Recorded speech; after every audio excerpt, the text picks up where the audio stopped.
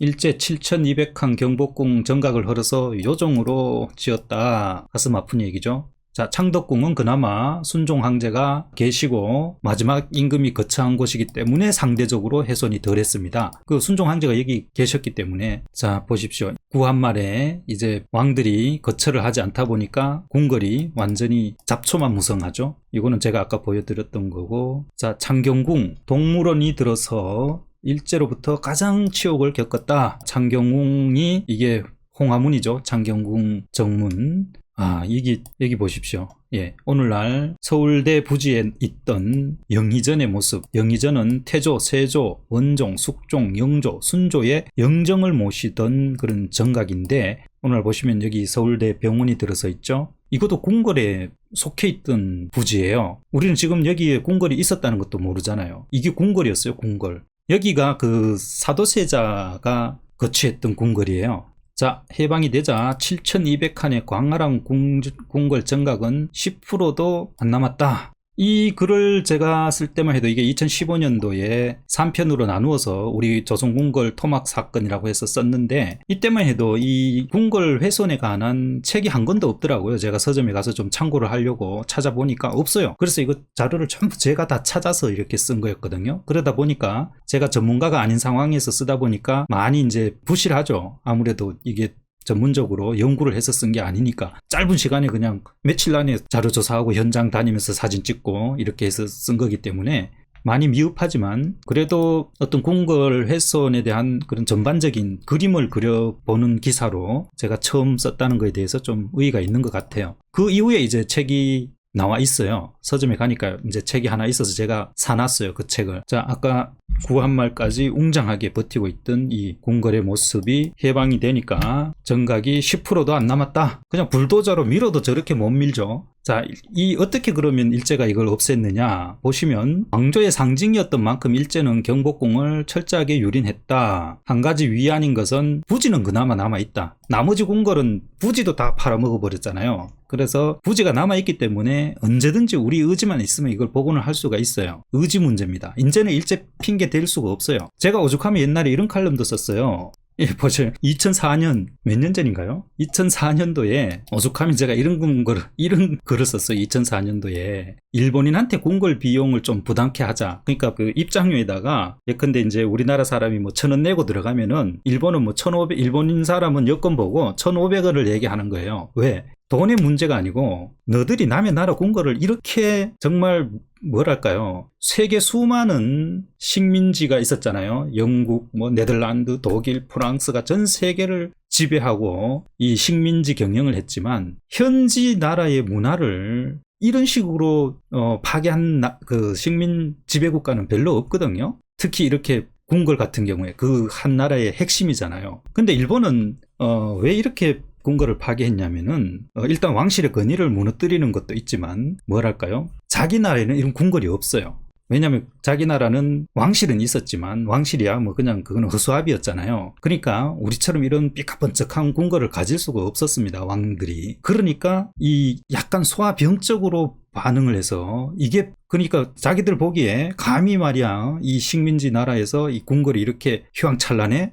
이걸 눈뜨고 못 보는 거예요. 소아병적인 발상이죠. 어떻게 말이야 감히 식민국가가 우리보다 더 훌륭한 궁궐을 갖고 있어? 심지어 남대문 같은 경우에 일본이 헐려고 하다가 그게 살아남았잖아요. 임진왜란 때 가등청정이 글로 지나왔다고 해서, 소서행장인가요? 글로 지나왔다고 해서 살려놓은 거예요, 남대문을. 그리고 일제시대 때 일본의 왕잔지 황태자가 남대문 쪽으로 들어와야 되는데 그게 낮다고 이렇게 그 숙이고 들어올 수 없다고 해서 옆에 담을 헐고 왔을 정도예요. 그러니까 그 정도로 이 사람들이 이 그런 소아병적인 그런 마인드가 있었던 거예요, 당시에. 제가 오죽하면 이런 걸 썼겠어요. 상징적으로 자기들이 티켓 보면은, 아이씨 왜 우리는 돈을 더 받지? 그러면은 한번 되돌아볼 거 아니에요. 우리 조상들이 남의 나라 와가지고 궁궐을 이렇게 유치찬란하게 파괴를 했구나. 그걸 한번 떠올려 보라고. 담은 100원이라도 받아서. 그래서 제가 이런 이야기까지 한번 한 적이 있습니다. 물론 뭐 이걸 하게 되면 찬반은 많겠죠. 어쨌든 여기 보세요. 일제가 궁궐을 어떻게 훼손을 했냐면은,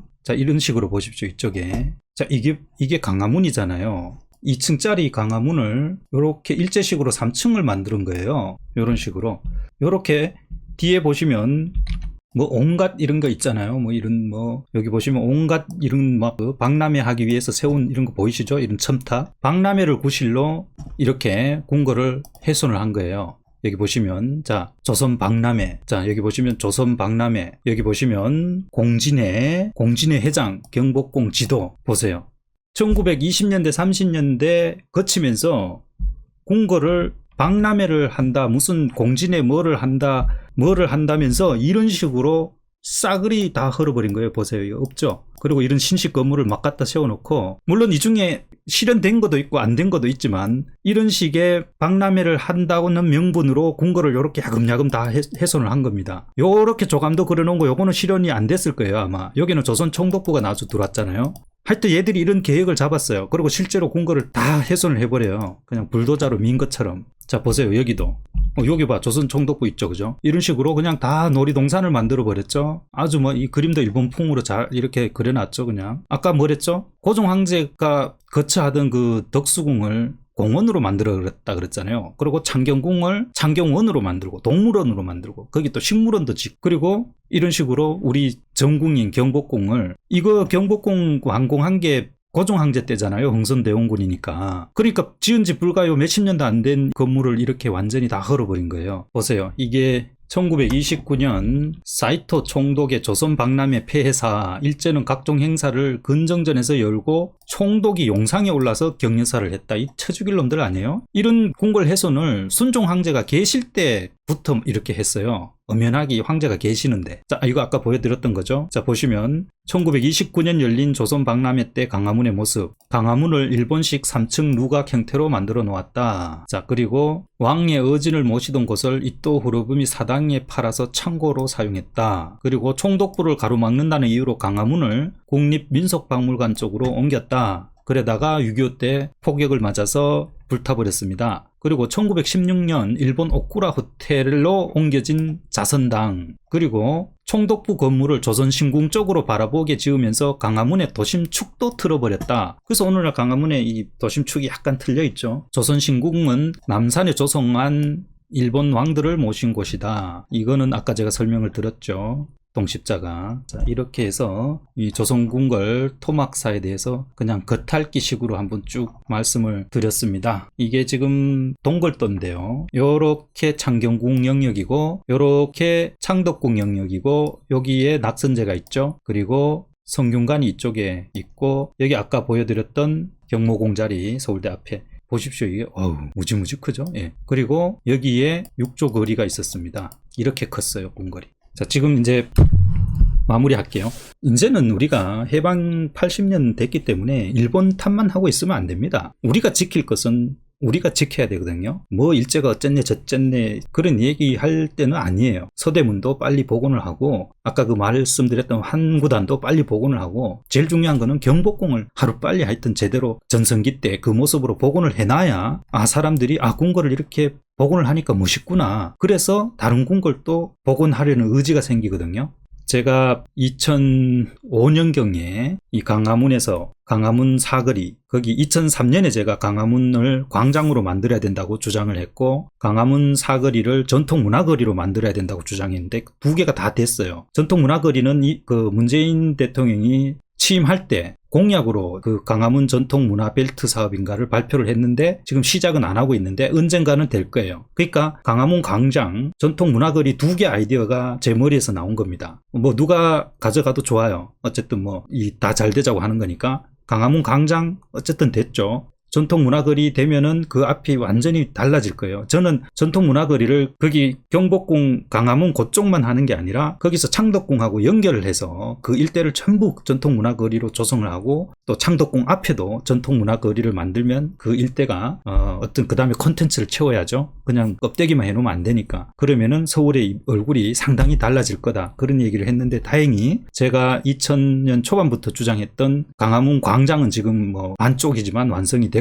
나머지 전통문화거리도 대통령이 어쨌든 공약으로 한번 내뱉은 거니까 언젠가는 될 것이라고 생각하고 있습니다.